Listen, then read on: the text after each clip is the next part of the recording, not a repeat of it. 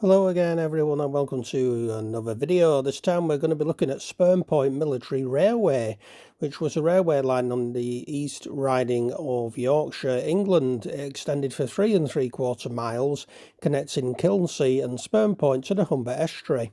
The line was built to supply military installations along this stretch of coast.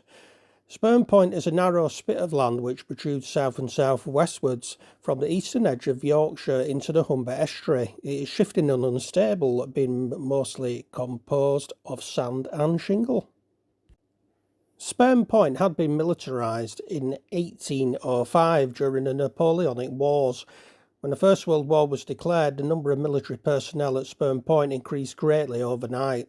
The War Department decided that a railway line between Kilnsea and Spurn would be the best option for a supply chain, and so purchased the land from the landowning family. The line was constructed by C.J. Wilnes and Company, with rails and other second-hand materials from the Great Central and Manchester, Sheffield and Lincolnshire Railways. The contractors also bought 5 standard gauge steam locomotives to help build the line, one of which was left behind after to work the line. It opened in 1915 with the rails extending onto the jetty at Spurn Transshipment of goods and materials from boats would then supply the fortifications and batteries along the stretch of railway up to Kilnsea. Rail transport was chosen as the roads in the area were narrow and twisting, and supplies could easily be delivered by boat to the jetty. Whilst the jetty was only constructed to serve the railway building efforts, when the contractors left, the War Department took over too and left it in situ. Most trains were operated by small locomotives, but some diesel and petrol rail cars were used too, especially after the only resident locomotive, Kenyon, a Vulcan foundry-built engine, was scrapped in 1929. Local people who lived on the point used wind power to sail small homemade bogie wagons up and down the railway, with some notable crashes off the rails and into trains coming the other way. I'm not surprised. The railway was also home to an adapted Itala racing car with flanged wheels, which was capable of doing 60 miles per hour.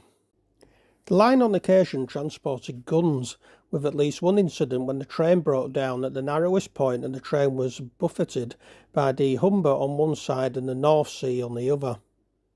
The railway was isolated from the rest of the mainline railway network and was not furnished with stations. The line had a 2-track engine shed at a short distance north of the lighthouse. The line closed in 1951 as a post-wartime economy, being replaced by a road which ironically was built with materials brought in by the railway.